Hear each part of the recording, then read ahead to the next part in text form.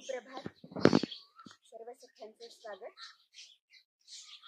जन्म झाल्यानंतर आपल्याला ठेवलेलं नाव कदाचित विस्मरणात जाण्याची शक्यता असते.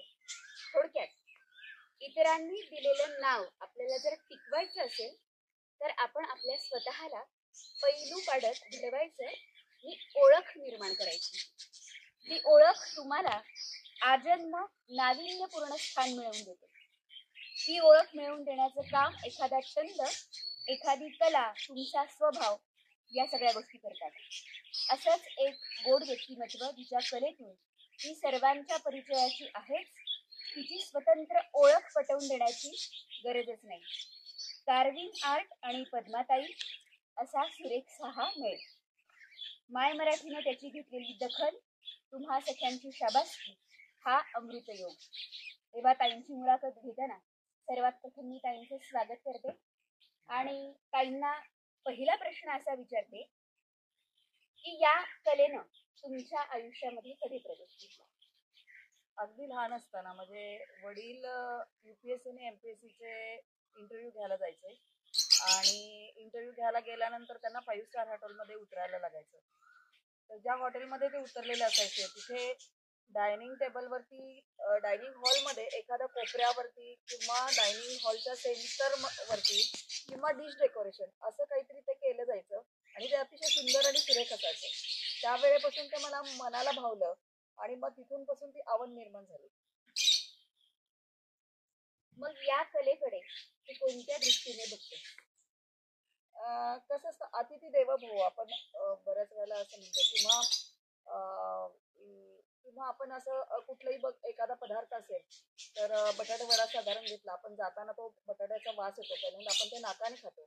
नाकाने खाल्ल्यानंतर आपण त्याच्याकडे बघतो, बघितल्यानंतर आपल्याला ते नजरेला दिसतं, अरे वा छान दिसतायत ते असं. नंतर आपण ते जिभेवरती आपण त्याला घेतो, हातामध्ये धरतो, म्हणजे आपण स्पर्शाने खातो ते, आणि नंतर मग जिभेवरती ठेवतो, म्हणजे आपण ते जिभेवरती ठेवल्यानंतर म्हणतो अरे वा काय बटाटे वडा छान आहे. तसं हे प्रेझेंटेशन हा जो प्रकार आहे तो ह्याच्यामध्ये खूप आहे.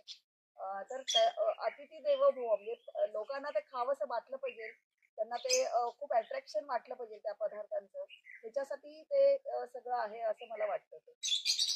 मग या विषयीच्या कार्यशाळा तुम्ही तेच कुठे प्रदर्शन वगैरे झालंय का? झालेले आहेत, कार्यशाळा बऱ्याच घेतलेल्या आहेत. पूर्ण महाराष्ट्रामध्ये सकाळ कथेमध्ये झालेल्या आहेत त्या कार्यशाळा. कोल्हापूरमध्ये तर बऱ्याच वेळेला मध्ये एक्झिबिशन्स असतात. डोळे, मान, पाठ भरून येत असेल तर त्यावेळी मनाचा कौल काय असतो? काय असतं माहिती का, एखादं आपण काहीतरी करत असतो आणि त्याच्यातून एक सृजनशीलता आपण करून एखादं शेवटी एक आपलं प्रोडक्ट तयार होतं. जे तयार होतं ते होईस तोपर्यंत आपल्याला त्याची चैन पडत नाही बघ. जसं तुम्हाला आता कविता करताना काही प्रकार होतात तुमचे, एखादा शब्द इकडे तिकडे, ते हे होईस तोपर्यंत तुम्ही स्वयंपाक करत असाल, काय करत असाल, तर तुम्हाला ते सतत डोक्यात तोच विषय असतो. तर हे पाठ दुखणं वगैरे त्यावेळेला लक्षात येत नाही. कंटिन्युअस 4-4 तास तुम्ही जरी काम केलं तर तुम्हाला काय त्याचं वाटत नाही. ज्या वेळेला ते फायनल होईल आणि ज्या वेळेला ते फोटोजेनिक होईल त्यावेळेला तुम्हाला ते समाधान वाटतं, त्यावेळेला तुम्ही ते पेन किंवा हे ते सगळं विसरून जातात. बरोबर. मग ही कला करताना तू कोणत्या प्रकारची फळभाज्या वापरते? बऱ्याच प्रकारच्या आपण भाज्या किंवा फळं आपण वापरू शकतो. उदाहरणार्थ कलिंगड म्हणा, वांग, सफरचंद.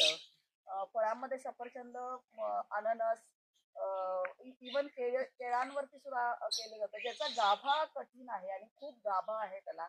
अशा वस्तू आपण त्याच्यासाठी वापरू शकतो. पण मग असं वाटतं की काही फळं जी आहेत ते कट केल्यानंतर सुरक्षित राहतात, पण काही फळं अशी आहेत की जी तू कटिंग केलीस, काही नक्षीकाम केलंस तर ती काळी पडू शकतात. मग त्याच्यासाठी तू काही त्याला आहे, आपण लिंबू मीठ त्याच्यावरती हे जर पेरलं तर ते बराच काय 2-3 दिवस, सफरचंद कापलं की थोड्या वेळाने काळं पडतं, पण त्याच्यावरती तू लिंबू जर पिळलास तर ते खूप 2-3 दिवस ते तसं छान राहतं ते. अच्छा.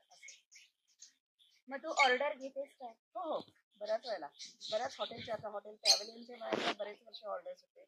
हॉटेल बालाजी, हॉटेल अयोध्या, आणि इतकंच नाही तर आता घरगुती एखाद्यांचा कार्यक्रम आहे, बारसं आहे, तर मग त्याला असं एखादं बाळ, बेबी गाडा किंवा एखादा शर्ट असा तो नवीन आलेला पावलं ती असं आपण कार्विंग करून त्यांना देऊ शकतो. वा वा वा.